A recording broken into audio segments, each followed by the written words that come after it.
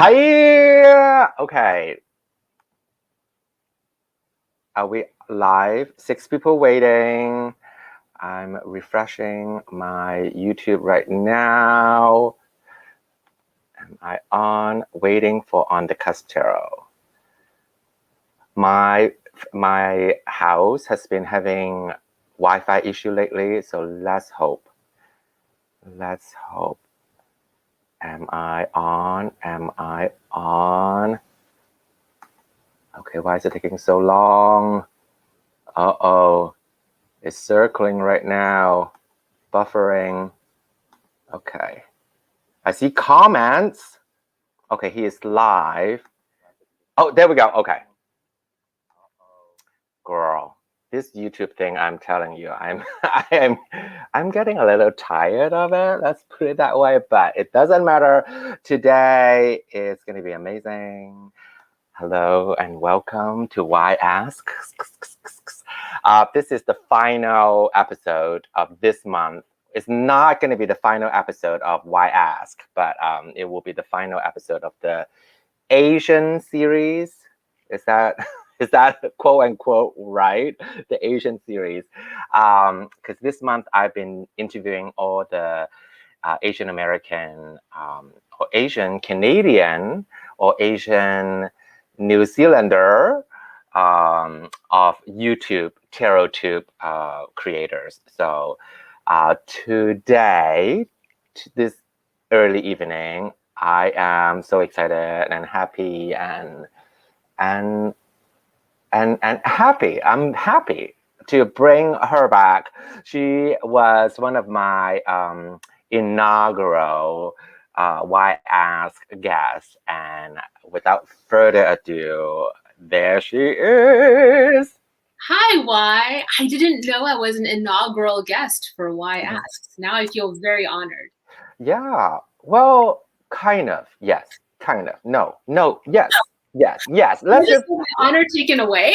let's just put it that way. She is my inaugural guest, and like I said it on the air, it's stamped, it's approved. I can't take it back, and you have that title. How are you? I'm good. How about you? I'm good. Busy day today. I have been running around town to get all the ingredients that I needed for the TikTok TikTok trend to for the garlic sriracha, eating the whole thing in one sitting. I'm not gonna do it in this video, but I saw Benebell did it, and I was like, I must do it. If you haven't seen her video, go to her Instagram, and it's on Instagram, right? It's Instagram, but you might want to go quickly because I'm thinking of taking it down because I was having a bad face day. I looked so terrible, and then like Instagram froze the screenshot of me in the worst like this in this, and I'm like, this is so unfair. This is the ugliest video ever. So I'm probably gonna take it down because I was having a bad face day. So y'all have until tonight at 7 p.m. to go check that out. You heard it here first. Okay, let's say hi to some people. We have about 11 people watching right now. Hey, Danny boy. Hi, Fix My Life podcast. Fix my life with you. Hi, David. Hey, Shane. Hello. Hi, Dak Harlot. And I think that's... I love that name, Deck. Right? I just love that name. Oh, Kind of feel it. right? Emma is here. Hi, Shepatero, Gala, Shark Girl, everybody's there. Okay, so let's dive right in. Her website, if you don't know her by now, I mean, well, maybe I shouldn't be presumptuous, like, because she Benebell is tarot author, tarot creator, and tarot reviewer. Yeah, because you have a blog. Yeah, And one of the few who still blogs.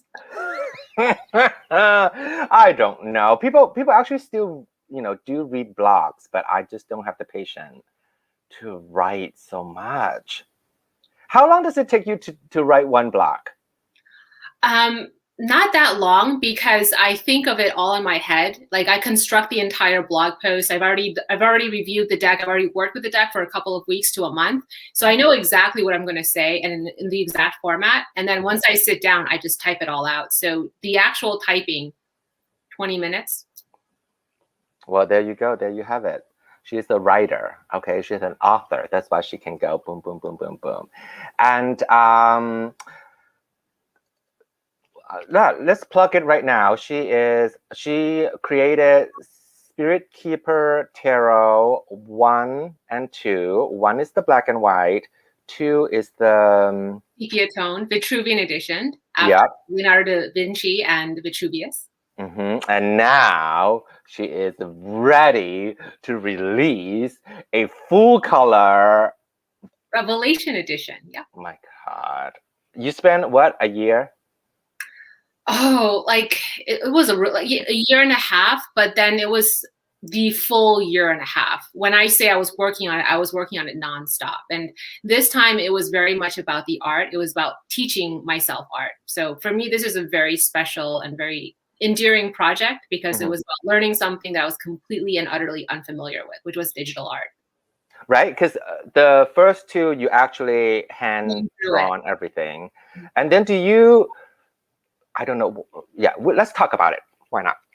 Do you use your old drawing, some of them, to import into the digital world and then kind of mix and match, or you start from scratch to redo it? Some of them was I started from scratch. Most of it, what I did was I imported. So I started by looking at the black and white line drawing as the initial canvas. And what I do is I kind of, when you look at it, you see color, or when you look at a landscape, you see the unseen, the ghosts and whatever, right? So what I do is I look at the original line drawing and see what it reveals in full color, see what divinities it reveals to me, and then I draw that. So then it might include some revisionary work. Amazing, amazing. Okay, so let's begin the quote-unquote interview. We have done this before, but I think it's a good way to kind of, let everybody get to know you. If people haven't watched the first interview, you all have to go watch the first interview because it's in depth. We talk about her upbringing, her Asian root, quote-unquote, and mostly how her brain works, because that was fascinating. And yeah, so go watch that. It's in the WAI ASKS interview series, and you'll find her. And let's start with the rapid fire, just to once again do it again, and then so for the new people. And maybe you have changed your answer. I'm very fickle.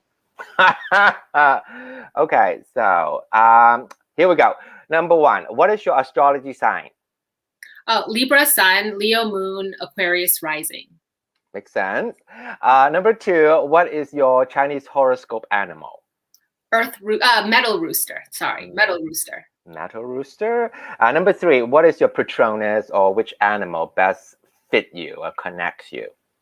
Animal. I have some Patronus. That was a word I actually learned on watching your podcast or WAI ASKS. I don't know. It kind of swan, maybe owl. Swan, owl. Hummingbird, sparrow. It kind of changes depending on my mood. I don't think I have one fixed one. They're all bird. Oh, you're right. Oh my God, I didn't even. I was just like, naming it off the top of my head, and yeah, you're right. They are all birds. They're all bird. What about phoenix? I feel like that's too big for me. I don't know if I'm a phoenix. Like that's like, I don't know. I think I'm more like hummingbird than phoenix. Okay. Number 4, what is your favorite color? I've always said blue for my whole life.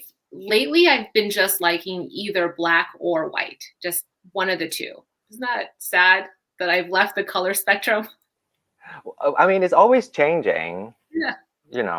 Black or white. Interesting, though. I wonder why. I don't know. We'll see. Go ahead and armchair me. Yeah.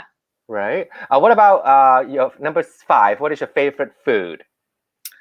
I don't have like everything, all the things. Like I'll eat anything and everything except for like really crazy animal cruelty stuff. So I don't do that. But you know, basically most foods, most cuisines, wherever I go, I'll eat the local cuisine. I guess I really like beef tongue, Okay. but it has to be made the Japanese way. So beef tongue in the Japanese cuisine style. Okay. Okay. Okay. Do you make it or do you just buy it? I have it in Hokkaido. Like I actually have it in Japan. Okay. Okay. And then where were you born? New Jersey, New Brunswick, And then where are you living now? California. California. Do you have any pet peeves? Uh, no, I think, no, I don't really have any pet peeves. Yeah, no. Be I'll get, honest. I know. So here's the thing. The reason I say no is because either everything bothers me because I'm very OCD and very anal retentive. So like the way you hold your chopsticks will bother me. The way you're sitting will bother me. The way you're moving your mouth will bother me. The way you do your house will bother me. Or I just like am very zen and it's none of the above. So that very, you know what I mean? Like, and Sure. at this point, I've learned to be very zen and none of the above. Like when James and I started dating, a lot of the things, like his mannerisms, table manners, the way he spoke, the way he organized his room, things like that would bother me a lot. And so those would be pet peeves. But then over the years, the decades, I've learned to really let go of that and harmonize and temper with the environment around me. So at this point, I don't think anything really bothers me, or if it does, it's only for a couple of seconds, and I learn to kind of temper with that. Okay. I'm not trying to sound love and light. It's more that so many things over the years have bothered me so much that it caused me so much stress that I've had no choice but to learn to, like, you know, harmonize with that. So it's not that I'm like, oh, you know, it's more just that I've had to do that for my own, you know, for my own sanity. Got it, got it. You know what? I do have to agree though. Like what I used to, you know, one of my earlier pet peeves has kind of disappeared. And now I've created with live experiences. I have created other pet peeves, especially nowadays with social media. Oh yeah. And then I'm like, oh, there's, you know, certain things, but it's not my time. Somebody will interview me someday, and then I will talk about that. Coffee or tea? Coffee. Coffee, really? Mm-hmm. Do you drink tea at all? I drink both. I drink a lot, but tea I can live without. Coffee at this point is like my heroin. If I don't have my coffee in the morning, you don't want to be near me. So in that sense, I require coffee. Tea is a pleasant bonus to my life. Nice, nice, nice. See, misconception. All Asian people have to have tea. Not really. Not really. Number 10, which doesn't really apply to you because I remember you don't really, you know, which tarot deck or oracle deck or playing card deck that you want to purchase next? Actually, right now, Robert Place he just started working on a deck. I don't know what the name of the deck is or if he knows, but I know he started showing a couple of images and he started talking about the inspiration, the premise. So if you just look up Robert M. Place, you'll see most recent blog posts that he started talking about this new deck. And that sounds really interesting. The second one is, you know, Seams. There's a Southeast Asian collaborative tarot deck that I really have my eye on. So those two.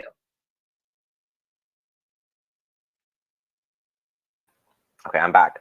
The second one, I'm super intrigued about that one. I was like, when is the link? You know, when is the release date? I'm super intrigued about that one too. Okay, so we've done the rapid fire. Let's get into the meat of today's interview, quote unquote. So your upbringing, if you have to summarize your upbringing in 30 seconds, what would it be? Like, give us some overall images about your upbringing. Strict, very strict. But then so it was very strict. It was authoritarian in ways that you either rose to the occasion, and for some children, it works. It does polish the diamond in the rough. For other children, like some of my other siblings, that kind of parenting doesn't work, so that is an issue. It's one of those types of parentings that either it works or it doesn't work. Either kids fly or they sink in that type of an authoritarian, regimented environment. However, once I graduated from college, my parents were very hands-off, extremely liberal, extremely like, you do you go for it. So it's kind of that weird combination. There you have it. Extremely strict. I mean, to a point that when I did the first interview, I was like, I would probably die. I would probably just say, you know what? I quit my family and then I'm gonna go. Because like it was like to a point that like the way that you sit and the time and how you behave like as a child to until when? Until college, right? Until I left the house, yeah. So watch the interview. With that in mind,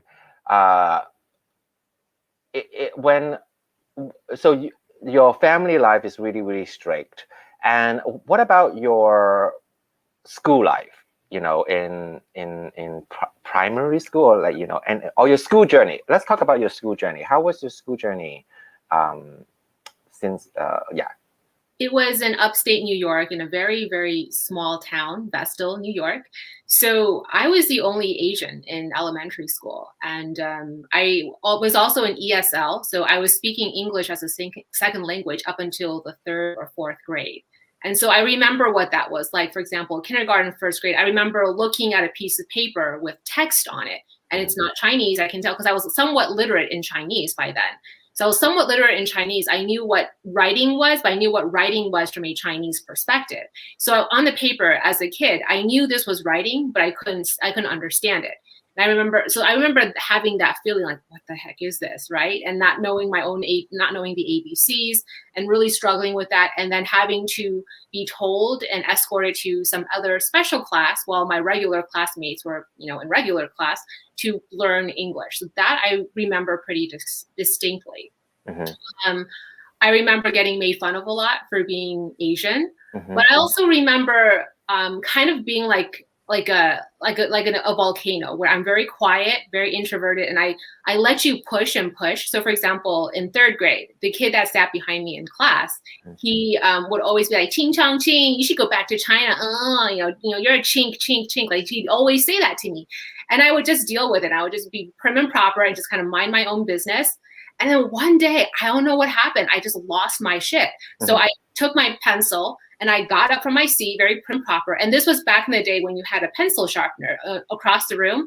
So I took my number 2 pencil and I walked across the room and I sharpened my pencil. I came back, I sat down, I turned around and I slammed and I stabbed into his arm. And I stabbed his arm or his wrist with a sharpened number 2 pencil. And then I dropped it, like the tip broke. And I turned back around and I went back to my work just like that. And then the classroom was in an uproar. The teacher came over and the teacher asked me what was going on. I wouldn't say. And the kid was like, she stabbed me. And I'm just like, I don't know what he's talking about. But then he confessed. He told the teacher what happened. And actually after the teacher knew that he was using racial slurs against me, I didn't get in trouble at all. However, even though I didn't get in trouble in school, my parents found out about it because the teacher told my parents what happened. And then when I got home, I got in a lot of trouble when I got home for being violent because, I mean, I'm giving you more. I'm not giving you, but like you have earned more street credit.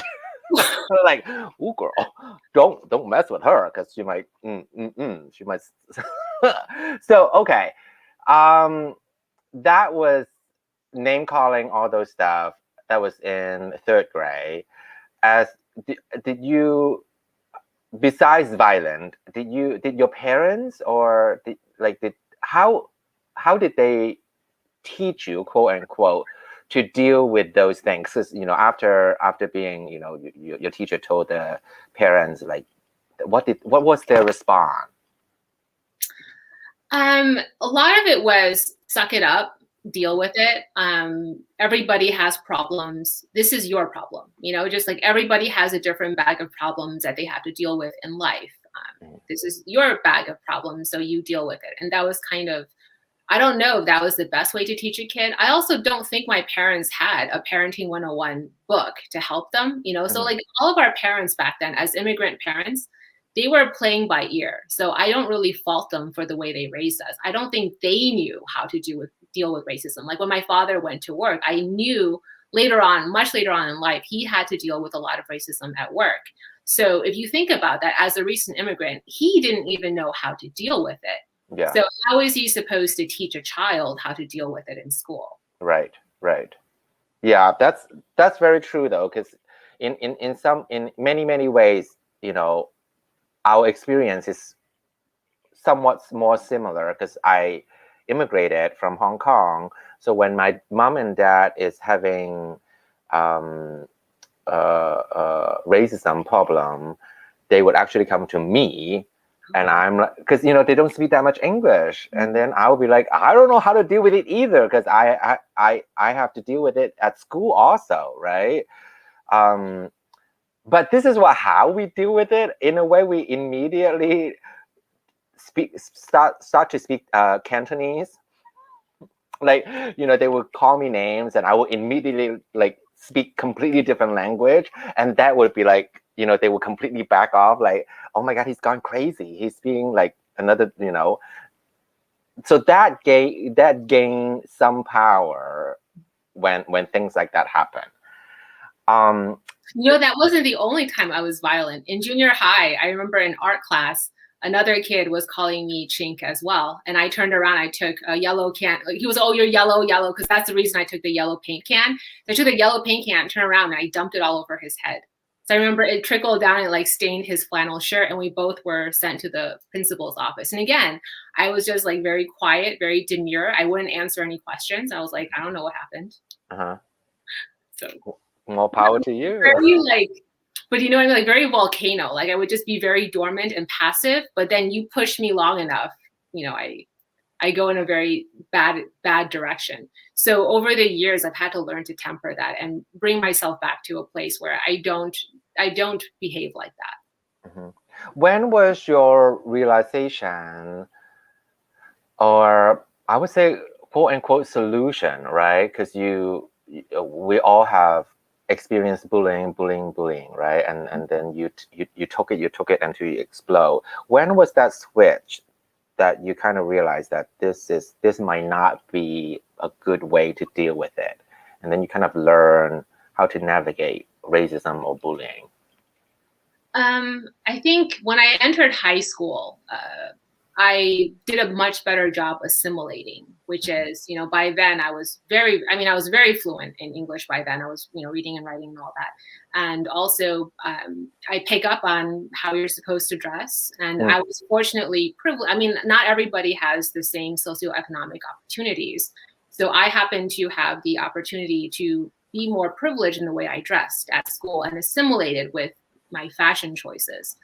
And I also learned that it's a little bit about the confidence, so how you carry yourself tells people whether or not they can pick on you, and whether or not the human nature is to pick on the weak. That's what people do. And so if you convey in any way, even subconsciously, even through some kind of a signaling that you're weak, you'll get picked on. So I kind of picked up on that pretty quickly by high school.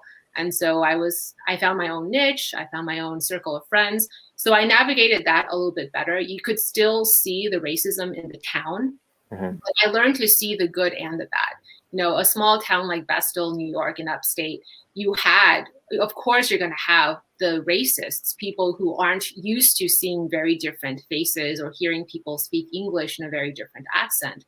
But at the same time, you had very welcoming, kind people, and people genuinely curious about my culture. So I took the good with the bad and learned to see both in my community.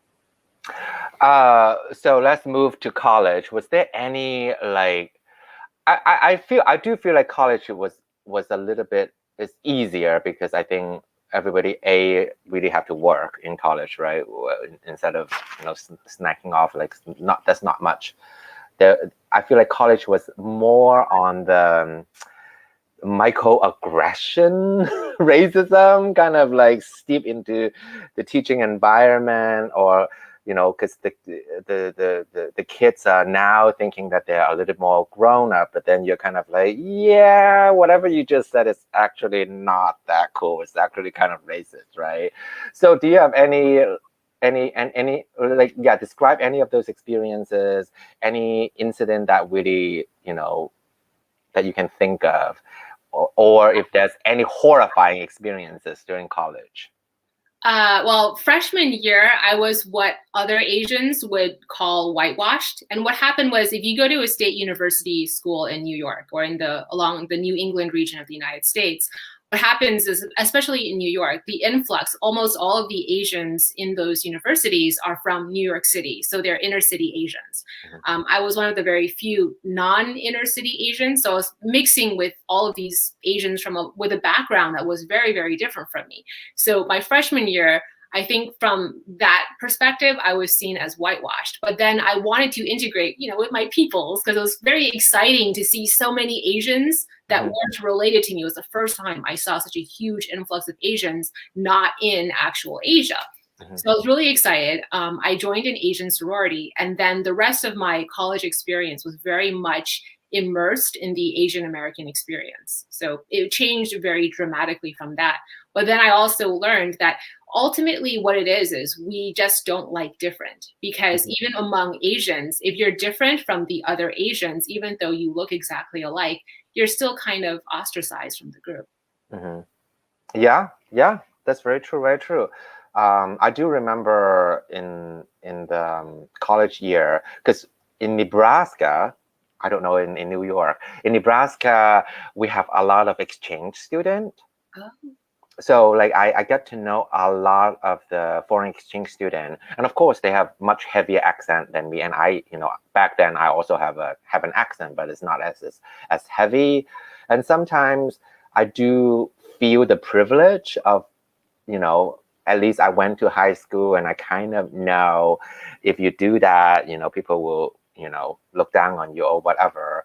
And so yeah, that was a very interesting time and experience, transitioning from high school to like blatantly people calling me chink, and like name calling, to like microaggression, like that type of stuff in college, and transitioning to like living in a city and like with like possible violent, that type of stuff.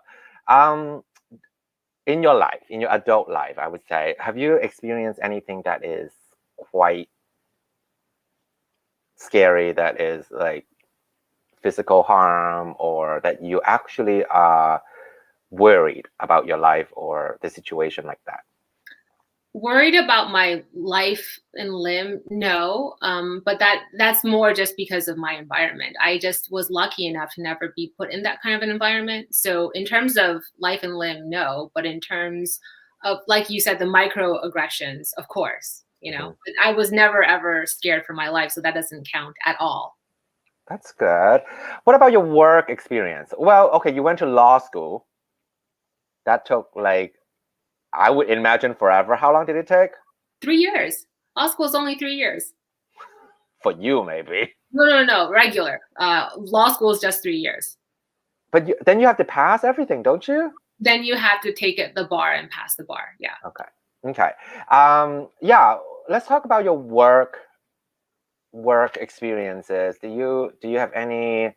I'm sure that we all have experienced, racism or microaggression or whatever. Anything that stick out of your mind? The ones that stand out in my mind the most are not because I'm not, the primary thing wasn't because I was Asian. It was the intersection of being Asian and female. And so actually, from my vantage point, it felt more like because I was female, because if I was an Asian male, that wouldn't have happened. However, it was exacerbated by the fact that I'm a female of color. So for example, little things that they said, like one time we were in a room and it was a conference. I was the outside counsel. I was the in-house counsel for my company, representing my company. We hired outside counsel and we were conferring about how to approach a particular briefing, a case that we're working on, right? And so one of the judges, I guess one of the lawyers said that the judge had an Asian fetish. and said, all we need to do is send me into judges' chambers with a short skirt, and we'll definitely get our brief, pass, or we'll definitely get the judgment in our favor.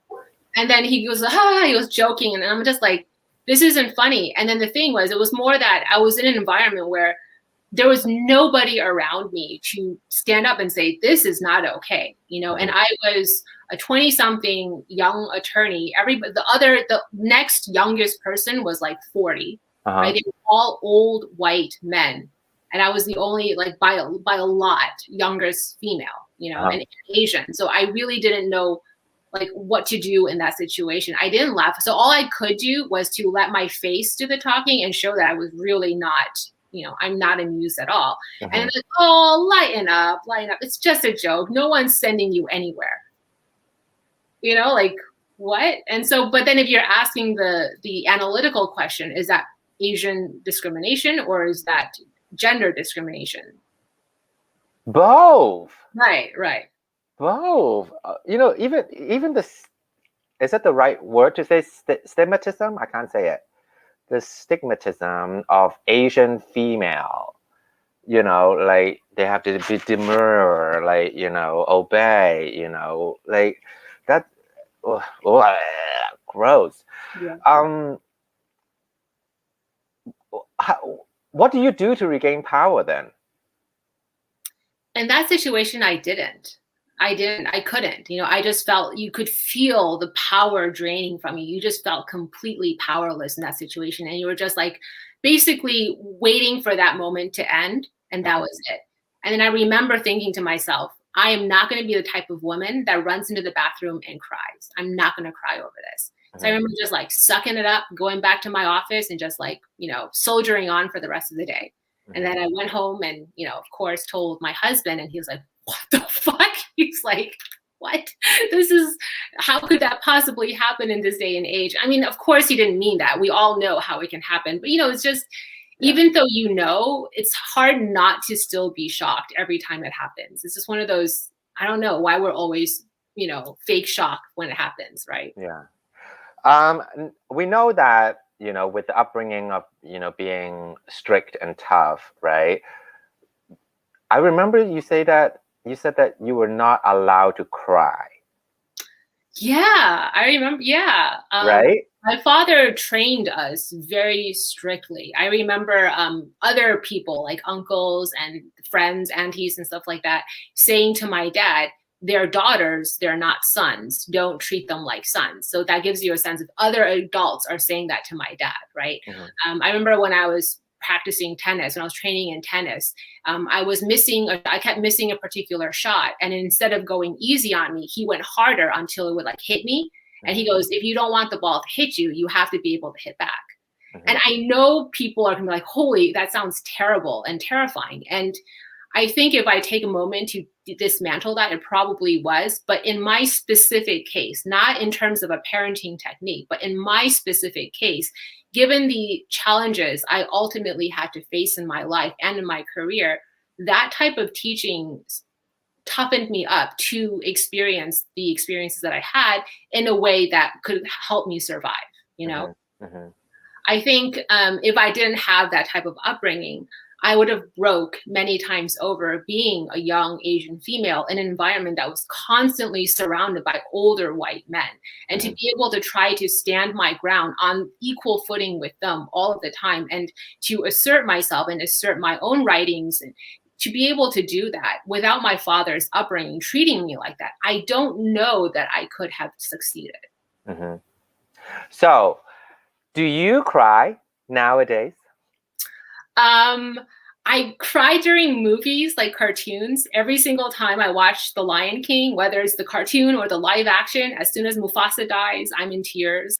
I cry over little things. Like every time, whenever I watch Cats, for some reason you fall down the rabbit hole of watching like those really sad, like cats with like 2 legs or cats without eyes. I'm just like, like crying while I'm watching that.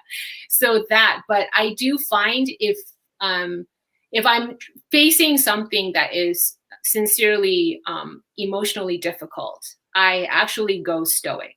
So one of the things James really dislikes about my personality is that the argument, I'll get the adrenaline really angry. I just go, like cry? I don't think I have that switch. And I think maybe at some point it's very ingrained on a family level. Because I remember when my grandmother died, my paternal grandmother, she was very much a matriarch, very much children and all of her grandchildren very much sincerely loved the heck out of her. But most, you could see the way aunts and uncles, the way my father was, everyone was very stoic and very solemn, even though we knew everybody's hearts were breaking inside. So it's almost on a family level that it was just something trained into us. I've learned later that people say that this is one of the stereotypes of the Hakka people. So 客家人, like the Hakka people are very, very stoic. Okay, hold on a second. I just saw it's froze. Okay, first time my Wi-Fi is working. Okay, we're just gonna hold a little bit. We'll hold on a little bit. Hopefully it'll be coming back. It's back. Okay. Oh my God, how much did we miss? I don't know. How much did we miss? Oh girl. But I think on our end, it was pretty okay. So maybe if you go back, you'll be able to see it. I got messages right now. Okay, let's see. It's back, back. Yay. Okay, good. So I think it was just a little hiccup. Okay, good. Last word was stoic. Well, let's just put it, let's see. That's a lot, girl. Okay, he is back.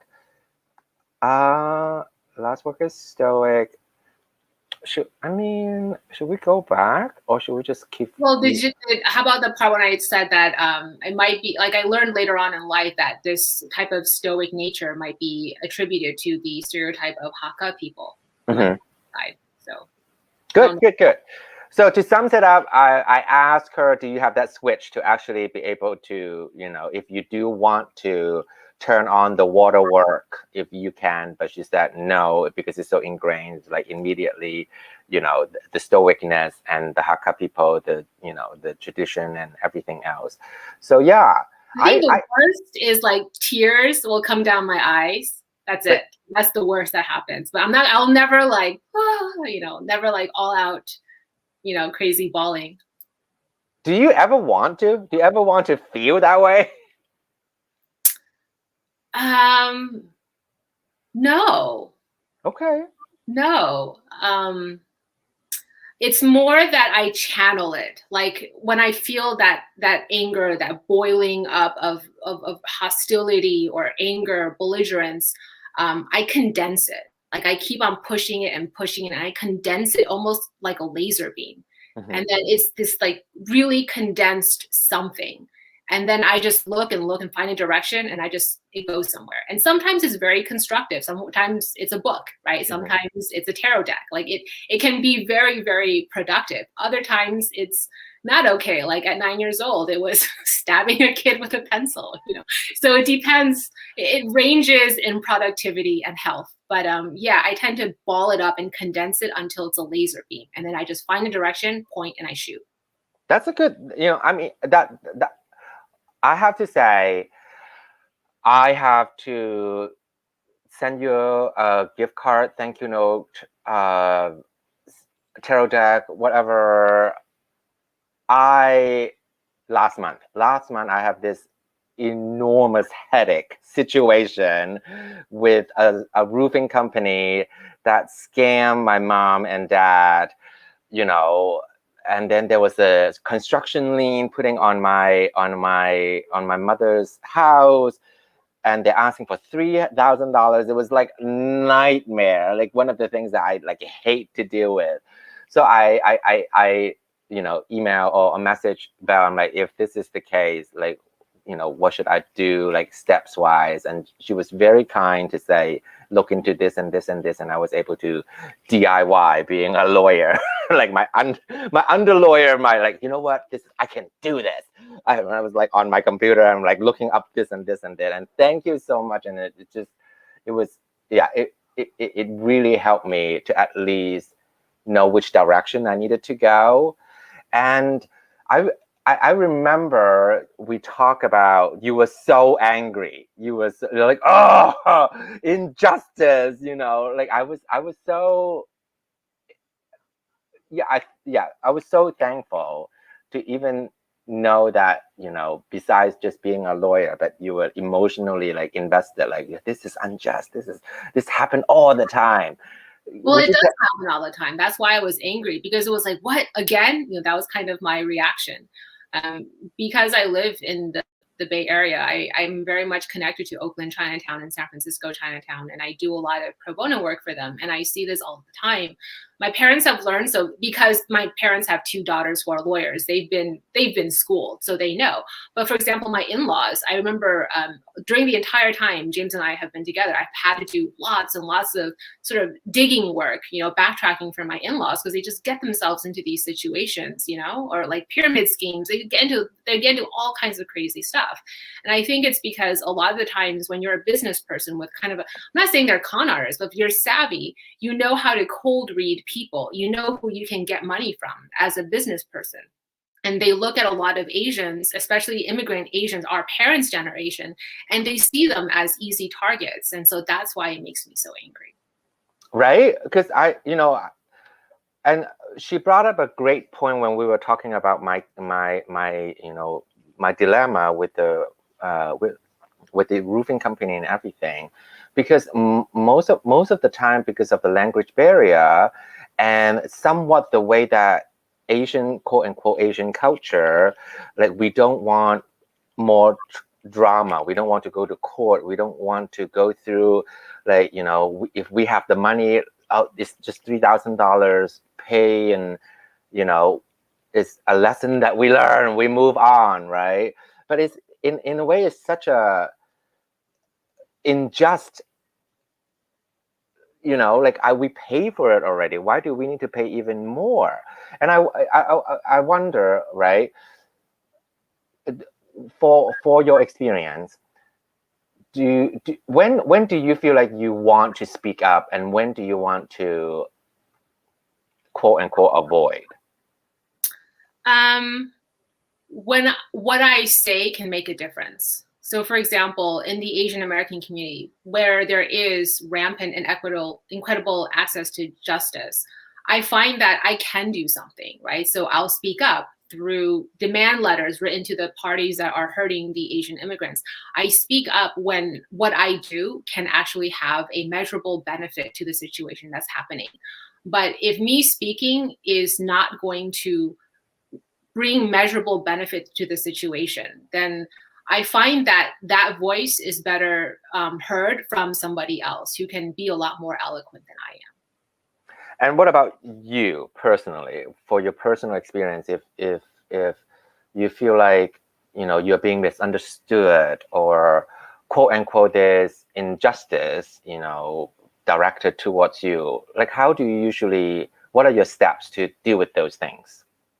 It depends on what though, right? Like, so for injustice, are you talking about like a profound socioeconomic injustice or a systemic racial injustice that I'm experiencing in real life?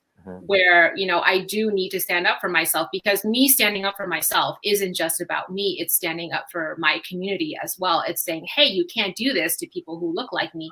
Or are you saying like internet, social media, Benebell Wen tarot injustice? Because in that case, those are not equal, right? And so I just think about when I want to speak up and what level of that injustice. Is it actually an injustice? Or is it just an inconvenience to my ego? So if it's just an inconvenience to my ego, I'm not going to speak up, because I just, you have to think about how you want to distribute your resources, your time, and your energy. If it's some kind of an injustice that has much broader implications and deeper implications, then I owe a duty to people who look like me for me to speak up, especially when I can. Love it. Because sometimes that's where my pet peeves about social media and everything, like in some way I'm like, I want to say it. I want to be like, oh, this is not right, But then I'm like, wait a minute though. Like, is it my ego? Do I want like what? And for me, at the end of the day, was like, if I do speak up, what would it change at the like what will I actually benefit the community, or like if it's really about the community, like like you said, our community, or quote unquote what we represent, right? If it's just a personal ego, then we need to check it. But there's always a fine line, because even though it's personal ego, but then you still feel the injustice. Like, I didn't mean it that way, or like any of those things, right? But more power to you that you can actually, it's good. It's good. Okay. And what else? Yes, this is the thing that we want to talk about also. Do you have any regret of anything that you have experienced, that quote unquote, that the way that you handle it? Do you have any regret on those things? I think absolutely. I think I can, every year of my life, I can probably name a regret where I handle things in a very bad way, right? Mm-hmm. I don't think there's any period in my life that I can point to that I said, nope, I have no regrets during there, I think it's really admirable when people say they have no regrets. I'm like, wow, I have so many. Where do I even begin? And then, do you have any guilt? The word guilt, quote unquote. Let's not talk about the Asian guilt, just quote unquote guilt in general. Do you have any guilt regarding on things? On what? On things, like all the misfortune, or the way that you handle things. Do you have any guilt? If I know that I've hurt somebody, even unintentionally, if I know I've hurt somebody, then of course I feel a lot of guilt about that, because I know what it feels like to be hurt. And I know what it feels like to be hurt by somebody, remember it for a lifetime, and then have that person turn around and say, oh, well, I didn't mean it that way. I didn't even know I hurt you. And I know they're sincere about that, but that doesn't change how it impacted me for an entire lifetime. Mm-hmm. So being on the recipient end of that, you can't, what's the word? You can't sit with that experience and not also feel guilt when you've done that to others, because then that's hypocritical. You can't do that. Say that one more time, because that is the hypocritical point of it, which is so pronounced, right? Because I don't want to say that because I'll get into trouble. But I'm gonna say it. Why not, right? Because sometimes people, or me, I'm just gonna say me. Okay, if you want to dox me, it's just me. Sometimes we tend to point fingers very quickly on situation, right? But then it is true that in a way that is hypocritical if we go into that conclusion and pointing fingers right away, right? And when I don't know, like, how do you amend things in your profession? Let's not talk about YouTube or whatever. In your profession or in your personal life, how do you amend things if you feel like you have done wrong, quote unquote, or if you have the guilt? How do you amend, repair? The Asian way, the Asian parent way. So when your parents have done something that they know they've stepped the line, they've crossed the line with their kid, what does your mom do? She waits like 30 minutes and then she shows up with cut fruit, right? And it's perfectly sugared with your favorite or she'll cook your favorite meal and be like, oh, I made you your favorite meal. Or do you want that cupcake that I always say you can't have? So, in a more serious tone, that's what I do. Mm-hmm. I wait for another moment. I wait for a future opportunity to be of service, to be of help to that individual or of that group or something. I find a way to be of service at a later time. That's an equivalent to coming with like a basket of fruit and saying, hey, do you like fruit? I love it. The word service. I think I love it. I love it. And I do feel like you are one of the few. Well, everybody provides service on YouTube in quote unquote, but I think your content has connected me a lot more, as in service, because I do appreciate your content. We talked about that. We want to talk about Asian guilt. Well, do you want to expand on that? Do you feel Asian guilt every day, every second of your life? So the thing I have with this whole concept of Asian guilt is it feels like a westernized perspective of Confucian filial piety. That's Okay. basically all it is. It's filial piety. And filial piety is this idea that, you need to honor your parents, honor the elderly, don't question your parents. So the negative side of filial piety is it is very, very authoritarian. You don't dispute, you don't contest, you don't hurt, you don't do anything in any way to offend or disappoint or fail your elders, your teachers, etc. So that's the very negative, toxic side of it. But the other side of it is just to be of service to your community, to have a more collectivist mindset where you don't treat your life as just your own. Your life is not just for you. Your life needs to, in some way, benefit and enrich the people who have brought you up into this world. So Asian guilt comes up in our society today where us kids feel this strong need. Well, we have this tension, right? It is a tension where do I pursue what I really want to do and live my own life, but then jeopardize, for example, financial security where I could provide for my parents, or do I toe the party line and go into a profession that I can be financially secure so I can bankroll 5 people, right? And so for me, like the path I chose, I think that has to do with being the eldest. As the eldest in a family with three kids, I always knew like nothing was ever mine. Everything had to give it to your sister, share with your sister, do this for your sister, go help. You have to be the second mother. And even my youngest sister treats me almost like a second mother because I helped her through everything, almost like a second mother. So having that kind of experience from a very young age, I didn't get to live for myself. So I knew choosing a career path, I was thinking very, very far in advance already. I knew I couldn't choose a path that risked me not being able to provide for my parents when they were older. And then now with, being in a married couple, now I see that it's not even just my own parents, but having to be a caretaker and a breadwinner for multiple, for 2 families. So that is Asian guilt. And that's the thing that we tackle with, because if you indulge in that, or if you do serve that value, which is a very Confucian, very Asian value, you lose a part of yourself in the sense that you can't do certain things for yourself anymore, right? You have to make a lot of self-sacrifice. And so I have a very love-hate relationship with Asian guilt, because in some ways, if you're being objective, like if you take yourself out of the equation and just look at it as a landscape, as a collectivist landscape, this is a really beautiful it's a very beautiful value, right?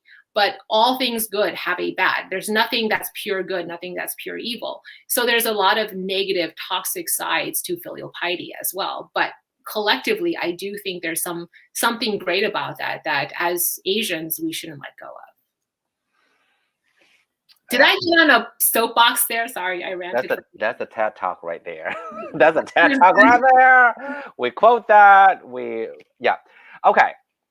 Then I want to know. This might get a little personal, but I don't know if I will ever get to the heart of you, because I feel like you're very strong. Do you ever feel like, what about my life? What about what about what I want? What about or do you feel like, what, with everything in line, filial piety, taking care of parents and your in-laws and everything, and yet you still find joy and you are living your life, quote unquote, right? So like, do you ever have those moments that you're like, what about my life? Well, to do what I do, like to be able to kind of pursue the things I want. Because I did, like, for example, obviously everything tarot related, writing, holistic tarot, all these drawing, doodling a tarot deck. That was all for me. That was my way of holding on to a little piece of personal identity and saying, well, I'm not doing everything for others. This little piece is just for me. So I do that. And people always talk about that as this wonderful thing, like, oh, how do you do it all? How do you manage your time? There's no management of time. It's just you do it all. You do the math. I'm not sleeping. I'm very, I have to be very vigilant with every minute of my life. So what kind of life is that if every single minute you have to fill it with something? That is not always for yourself. You know what I mean? So yeah. If you have the freedom of let's sweep everything aside. There's no worries, there's no problem, there's no guilt, there's no regret, none of those things. Delete. What would you want to do? Van life. Okay, just like no worries, drive a van and yeah, just van life. You get a small van, a golden retriever, and just drive all over North America, drive into South America, and just really explore this Western hemisphere. And then at some point, sell the van, and then backpack across the European continent into Asia, and then just travel through Asia on like a little bicycle or something, and just really, go and only stay at hostels and really only spend money and be extravagant on food. And that's my most extravagant expense. I think that would be a really great life to live. Do you think you'll ever get there? The sad part is no, because, as you get older, you can feel your body kind of growing more debilitated. You don't have that kind of stamina and health and vitality that you have when you're in your 20s. I'm such a sentimental person. Like, I'm such a sentimental person. I'm like, oh, I want her to have it right now. Is there anything I can do? Yes, you can do it, Belle. You can just get on that van. You can work on the van or whatever. Like, I don't know. Like, I'm such a dreamer also. Then when I hear things like that, I get, aren't you sad? But I think I also know myself. The grass is always greener on the other side. So the Asian guilt, we're going back to the Asian guilt, that's a very real thing. And so I also derive happiness from knowing that I make my parents proud. I make my in-laws proud. Well, to a certain extent, because you know how part of filial piety for a woman is you have to give birth to a son. So there's still that. But other than that one failing, I've fulfilled my duties as a daughter and as a daughter-in-law. That brings happiness as well. Now, if I lived 100% for myself, knowing my personality, not for others, but just knowing my own personality, I don't know how much I could fully enjoy every moment, knowing that there's that regret in the back of my head that I'm not fulfilling some kind of a particular duty. And that is the psychological trauma of Asian guilt. So good. It's so good. It's so good. Because I was like literally having like a light bulb moment right there. Because I honestly, I never really valued the other side. I'm such a dreamer. Like, I'm such a dreamer, sentimentalist or whatever, right? So even though I am, quote unquote, fulfilling my filial piety, right? Taking care of my parents, staying in Omaha, taking care of her, all that, all that stuff. But I always felt like it's my duty, and it was such a burden, and I'm like, right? But I never see it your way that, you know what, I am fulfilling, quote unquote, ancient China, but like the tradition of filial piety, and that's special, and that should be something that I'm very proud of. And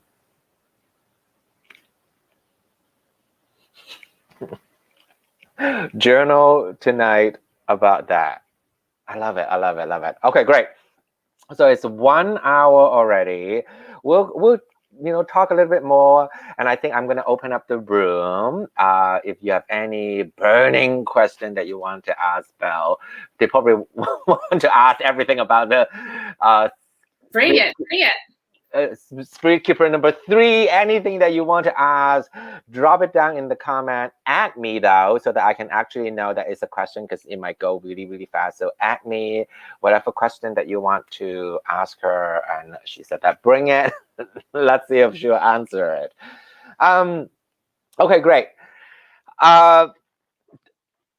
Super personal. If you don't want to answer it, don't answer it. Do you ever thought about adoption? Do you want, or you don't want kids at all? You actually thought about adoption? To adopt. I've always wanted to adopt. And weirdly, if you want to talk about woo-woo-ness, I think even when I was very young, I had like this, not a well-formed idea, but I do very distinctly remember even being just a little girl and thinking about adoption, and always being interested whenever I hear about foster parenting stories, adoption stories. I've always been really interested in that.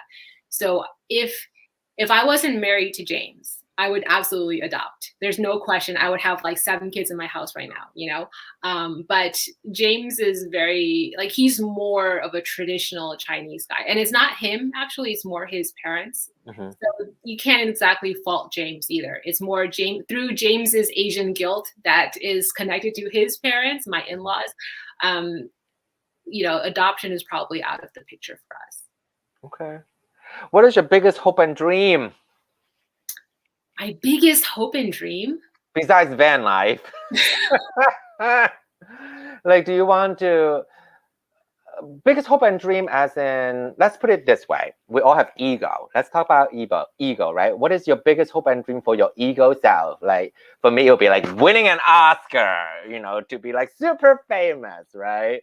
For your ego self and for your, I don't know, your true self. Is that even cliche to say it? You know what I'm saying? To be a novelist, to be a published author. You are one. I know. Yeah. To write more books, to publish more books. Okay. You're working on a novel or a fiction? I finished a novel. I have a whole graveyard of unfinished manuscripts in terms of fiction, but I did actually finish a novel. But there's a lot of structural, foundational issues. I don't want to get technical, but there's issues with the novel. It's not my best work, so I'm still kind of working on it. But I have had no time to go back to it because the Spirit Keepers Tarot 3 kind of entered my head, so I've been working on that. So New York bestseller author, put that into the universe. Thank you. And then that will be amazing. Okay. Let's see. There is any. Just wanted to thank Benebell for her tarot work, and I'm looking forward to SKT3. Okay, tell us a little bit about it. It's on pre-order right now, right? Oh, I actually have, because I've been proofreading. I was line editing this book. This is the Book of Maps. This is the guidebook to the tarot deck. So, and I designed this. So this was hand drew, or quarter of it is hand drawn, and then it's digitalized, and then I did all the hand colored, digitally hand colored. So I love the little blue and red in there, and I mean, girl, this feels expensive. Okay, this feels expensive. I want to eventually you should have like a edition that is leather and everything is like super fancy, $4,000. I don't know. But so how can they get pre-order SKT3? There's a link on my website somewhere. Okay, benebellwen.com. Right, and then find somewhere that says pre-order, click on that, and it'll take you to something. And if you really have questions, and you probably will because I suck at explaining things, if you just email abelldelivers@gmail.com, that's the email address on all of the pages, somebody will help you out. All right. Let's see. Here's a question. Does spell reach fiction, or if so, what genre is it? What genre? And any favorites? So I used to be really snobby about what I read. I was a creative writing major in college, so I thought of myself as only writing literary fiction. I was reading Borges, Don Lee, Chiang Lee at the time. And then I went into work where I only read nonfiction, law books. So I didn't get into reading that much. And then now, because the novel that I just finished was a YA novel, I did a lot of reading on YA just to kind of get a sense of, how the tenor of YA novels. It's a genre I read more as a study, though, not so much, for fun. But in terms of for fun, yeah, some of the old school, really old school. I really like Russian authors. I really like Latin American authors as well. Lovely, lovely. I wish I read. I don't read. I'm horrible. I don't read. Okay. Ask Benebell if this is distraction a problem, and how does she keep her focus on her project, girl? How do you keep your focus on your project? Fear of failure is a big one. And on some level, I always hear that voice, like revenge, success is the best revenge, right? And so this is horrible, but whenever I'm feeling like I don't want to do it, I want to procrastinate, or I'm feeling lazy, I've learned to take a moment, and it's not meditation because I don't want to desecrate the, what that meditation actually is, but like a moment to kind of be a really big asshole and be really, really petty with myself, right? Mm-hmm. And I just sit down and think about all the people that did me wrong, or all the times I've, experienced injustice, including the superficial ones that I never had the chance to correct. I just think about all of that. Mm-hmm. And then I think to myself, if I succeed, that is the best revenge. And then I find that, and this is not just for me, I've told this to other people, and they have made leaps and bounds in their progress and all of their own objectives and goals as well. I don't think it's something a life coach should say, so I will never be a life coach and say that. But like real talk between friends, it works. It's not something you should tell people to do, but it just, the ugly reality of human nature is that it works. So if you sit down and just take a moment and do a replay of all the times that you've experienced injustice, everything that people have ever said to you that said you're a failure, you're never going to amount to anything in life, you're nothing, or anytime people have been condescending toward you, just take a moment to replay that and condense it into something that is actually very constructive.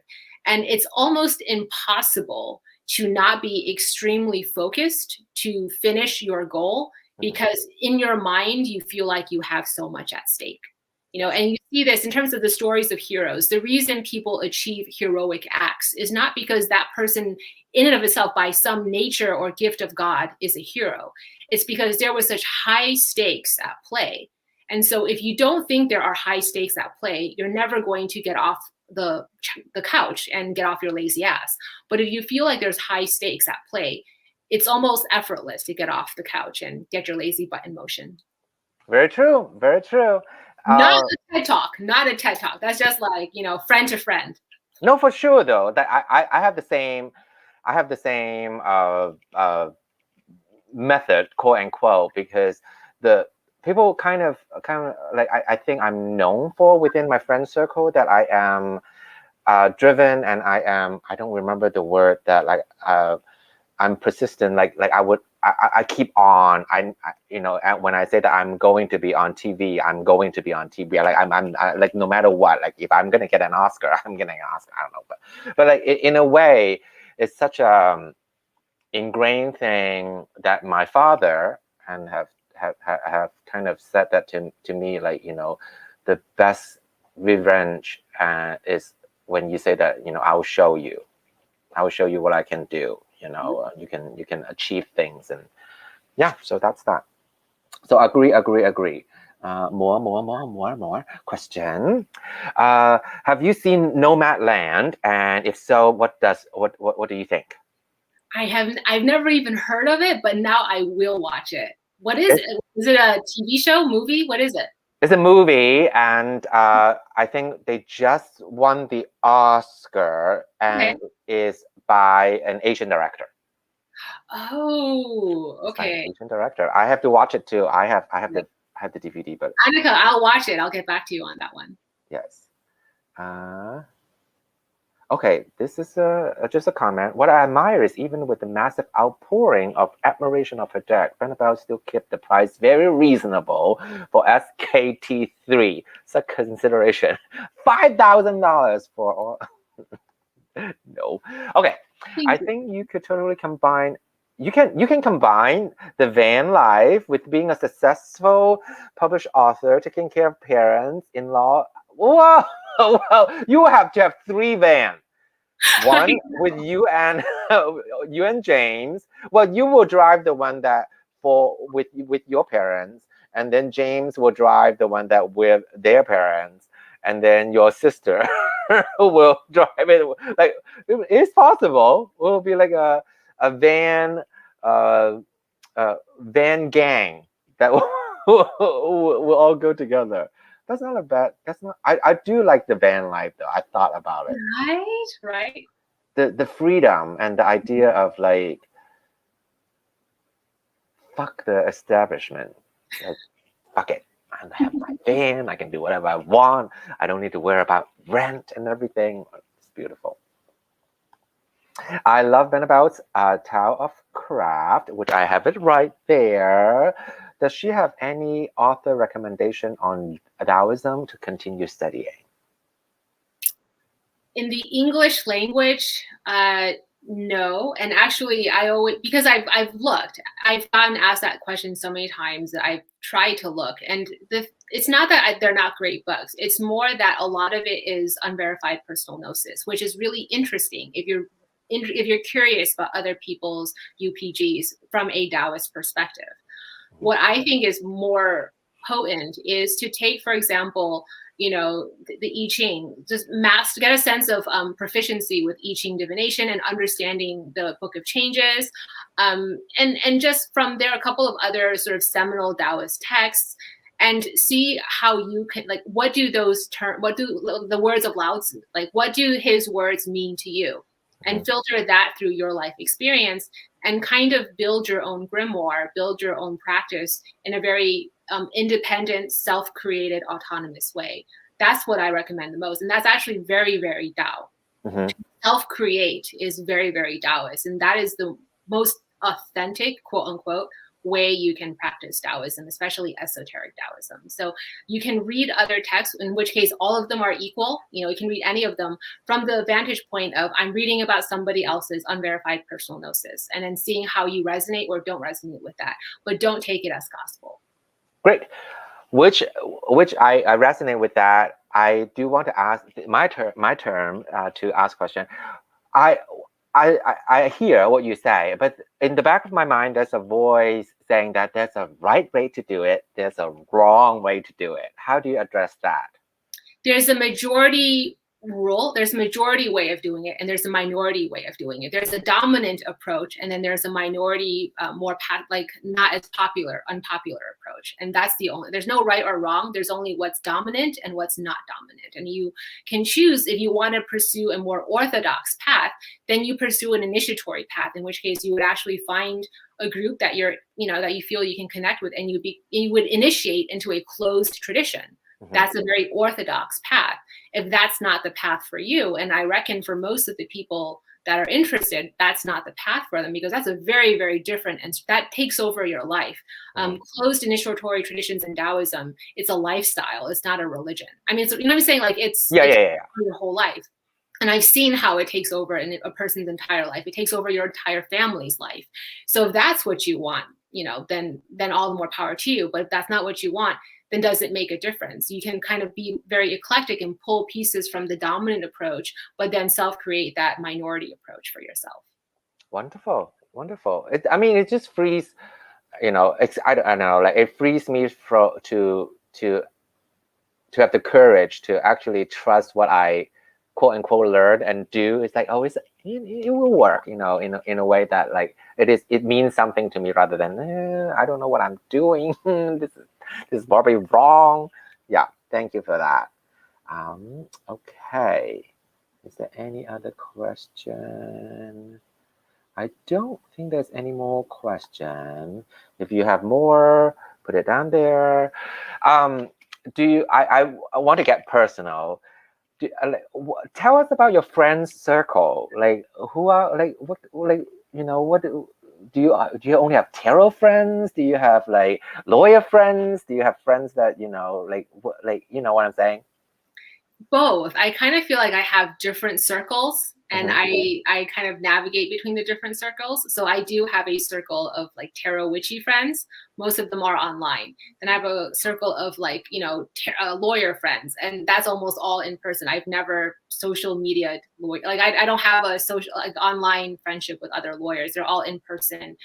Either I went to law school with them, or or we knew each other in law school in some way, or we became friends through our practice. So that's another circle. And then, of course, I have the circle of college friends and childhood friends I still keep in touch with. So 3 main circles of friends.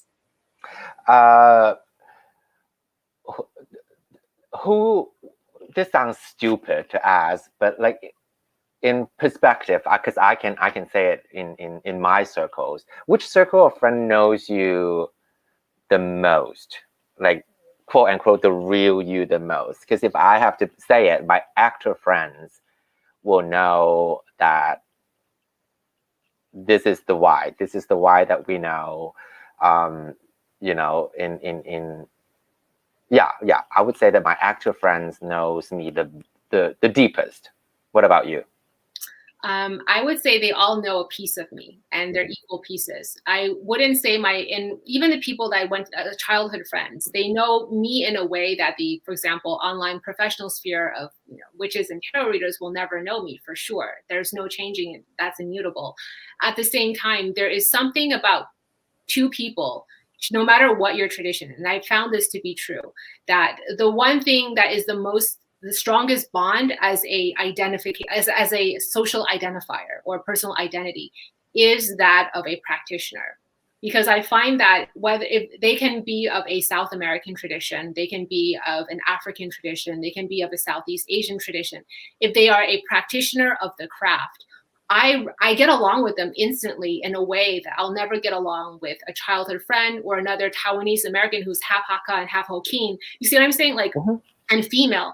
So there's that instant connection. If you're both practitioners of the craft, if you both have interactive relationships with spirit, that person and I have a connection that I can never have with somebody that in every other sense of personal identity is equal to me. Like in terms of, my gender, my race, my background, socioeconomics, that person and I will always have a thing missing that I have an instant connection with if they're a practitioner. So everyone knows me differently. Yeah. Great. And if you want us, who are watching right now, and to know you, quote unquote, if you think there's a misunderstood, whatever, like if we want to know you, like what would you say? At first, let's put it that way. At first, I was intimidated by you because I was like, with all the knowledge and all the lecture, quote unquote, right? That I'm like, oh wow, she's smart and she's a lawyer, and I was intimidated by you. But then when I get to know you in person, I was like, you know what? Not intimidating. And then as we, our friendship kind of grew throughout, all the ups and downs of my life. I'm like, she's a very warm and endearing person, right?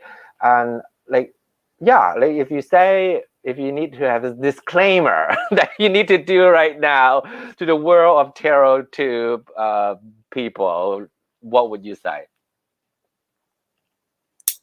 I'm not sure I would say anything because I feel like a person's experience of me is valid. So their judgment of me is valid. I wouldn't call it a misunderstanding. I would just say that that's not my perception of myself. And your perception of me is different from my perception of myself. But I can't discredit that, So I kind of I know what I put out there, what's me, what's performative, what's professional, what's personal. Like it's all kind of like a mixed, big, hot mess of a bag. And you just have to look at it and you have to decide for yourself what that means to you, and I don't know if I can really dispel any misconceptions. And there you have it, ladies and gentlemen. Okay, at the end of the interview right now, I'm looking at the chat. I don't think there's any more question.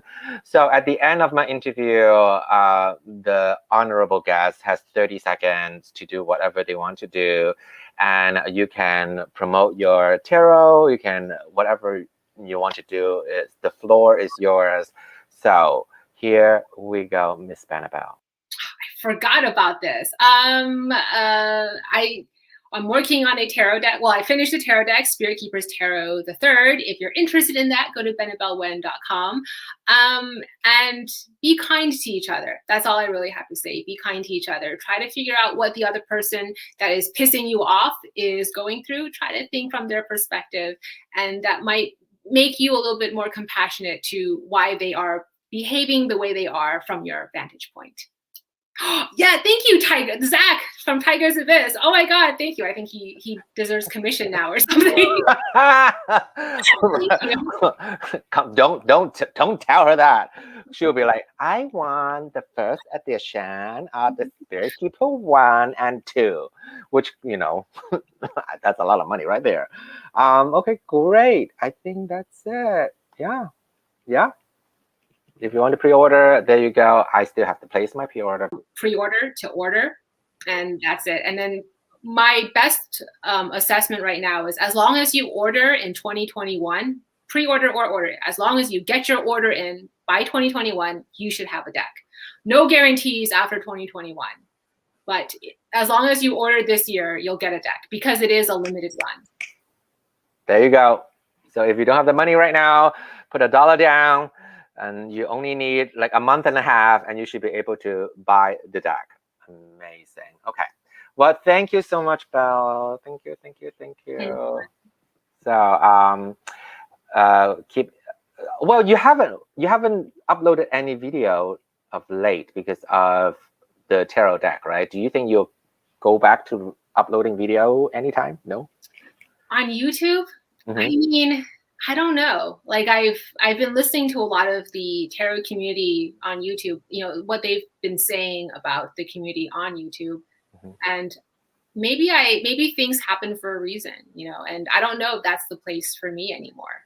You know, because I don't think my voice needs to be there. That platform, I should make space for other voices. And I think my time has come, and it's time to kind of step back and let other people take center stage and have more of a voice. And I feel like people think that if I'm there, I'm drowning out other voices, and that would definitely never be my intention. So I'd rather not be there and let other voices shine.